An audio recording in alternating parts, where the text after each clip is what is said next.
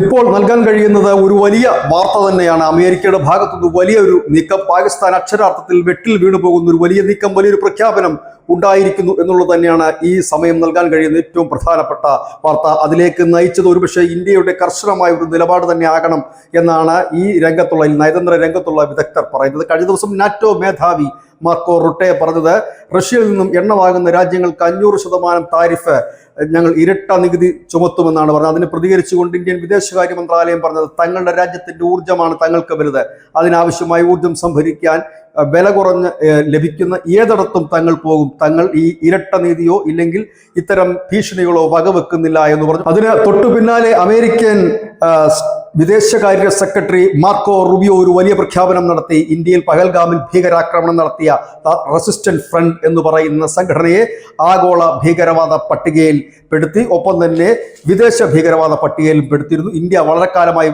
ആവശ്യപ്പെടുന്ന ഒന്നാണ്. ഇത് വിദേശത്തു നിന്നും എത്തുന്ന ഭീകര സംഘടനയാണ്. ഇവരാണ് കാശ്മീരിൽ ഈ വിഷയങ്ങൾ മുഴുവൻ ഉണ്ടാക്കുന്നത്. ലഷ്കർ-ഇ-തോയ്ബയുടെ പ്രോക്സിയാണ് പക്ഷേ പാകിസ്ഥാൻ ഇക്കാലം അത്രയും പറഞ്ഞിരുന്നത് ഇത് കാശ്മീരിൽ തന്നെയുള്ള ഒരു സംഘടനയാണെന്നും അവർ പ്രാദേശികമായ സ്വാതന്ത്ര്യത്തിന് വേണ്ടിയിട്ട് നടത്തുന്ന പോരാട്ടങ്ങളാണ് ഈ ഭീകരവാദ പ്രവർത്തനമെന്നുമാണ്. എന്നാൽ ഇന്ത്യയുടെ നിലപാടിനെ അക്ഷരാർത്ഥത്തിൽ ശരിവെച്ചുകൊണ്ട് അമേരിക്ക രംഗത്തെത്തുമ്പോൾ അക്ഷരാർത്ഥത്തിൽ ഇത്രയും നാൾ ഈ സംഘടനയെ തള്ളിപ്പറഞ്ഞതുകൊണ്ട് തങ്ങളുടേതല്ല എന്ന് പറഞ്ഞ പാകിസ്ഥാൻ വെട്ടിൽ വീഴുകയായിരുന്നു. ഇന്ത്യയുടെ ആരോപണങ്ങൾക്ക് ഇല്ലെങ്കിൽ ഇന്ത്യ മുൻപോട്ട് വെക്കുന്ന തെളിവടക്കമുള്ള കാര്യങ്ങൾക്ക് ഇപ്പോൾ അത് ബലം പകർന്നിരിക്കുന്നു.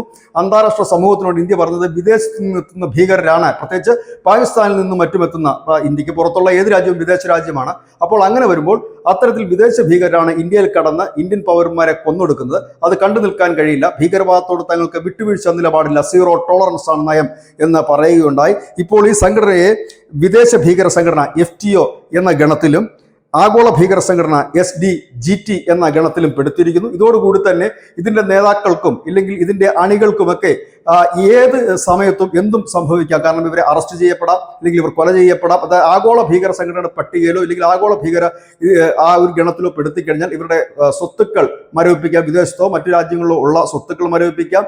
ഇവരെ ഏതെങ്കിലും തരത്തിൽ സഹായിക്കുന്നവരെ ഇന്ത്യയിലാണെങ്കിൽ UAP അടക്കമുള്ള അല്ലെങ്കിൽ വിദേശ രാജ്യങ്ങളിലാണ് ഭീകരവാദ നിയമം അനുസരിച്ച് അറസ്റ്റ് ചെയ്യാനും ശിക്ഷിക്കാനും ഉള്ള ഒരു വകുപ്പ് കൂടിയാണ് ഇത്തരത്തിൽ വരുന്നത്. ഇങ്ങനെ ആഗോള ഭീകര സംഘടനയിൽ പെടുന്നതാണ് ലഷ്കർ-ഇ-തോയ്ബയും ഒക്കെ. ഹാഫിസ് സയ്യിദുമൊക്കെ അന്താരാഷ്ട്ര സമൂഹത്തിന്റെ കണ്ണിൽ ഇല്ലെങ്കിൽ അന്താരാഷ്ട്ര സമൂഹം കൊടും ഭീകരനായി പ്രഖ്യാപിച്ചതാണ്. അതുകൊണ്ട് തന്നെ ഹാഫിസ് സയ്യിദിനൊക്കെ നാളെ എന്തെങ്കിലും സംഭവിച്ചു കഴിഞ്ഞാൽ അപലപിക്കാൻ പോലും പാകിസ്ഥാൻ ഒഴിച്ച് ബാക്കി ഒരു രാജ്യമോ രാജ്യത്തെ പ്രതിനിധികളോ ഉണ്ടാകില്ല.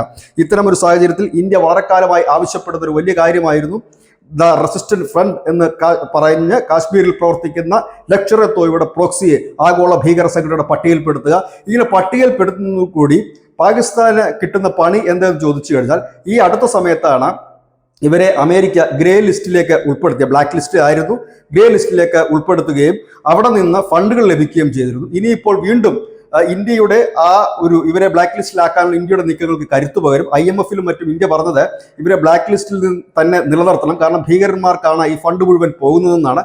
അതിന് ബലം പകരുന്ന രീതിയിലാണ് കാര്യങ്ങൾ പോകുന്നത്. കാരണം പഹൽഗാം ഭീകരാക്രമണത്തിന് ശേഷം അതിന്റെ ഉത്തരവാദിത്തം ഏറ്റെടുത്ത സംഘടന കൂടിയാണ് ദ റെസിസ്റ്റന്റ് ഫ്രണ്ട്. ഇതോടുകൂടി തന്നെ പാകിസ്ഥാന് ലഭിക്കുന്ന ഫണ്ടുകൾ വിവിധ സംഘടനകളും ഒപ്പം തന്നെ IMF അടക്കം നൽകുന്ന ഫണ്ടുകൾക്ക് ഇപ്പോൾ അത് തടഞ്ഞു വെക്കപ്പെടുകയോ ഇല്ലെങ്കിൽ അത് വെട്ടിച്ചുരുക്കാനോ സാധ്യതകളേറെയാണ്.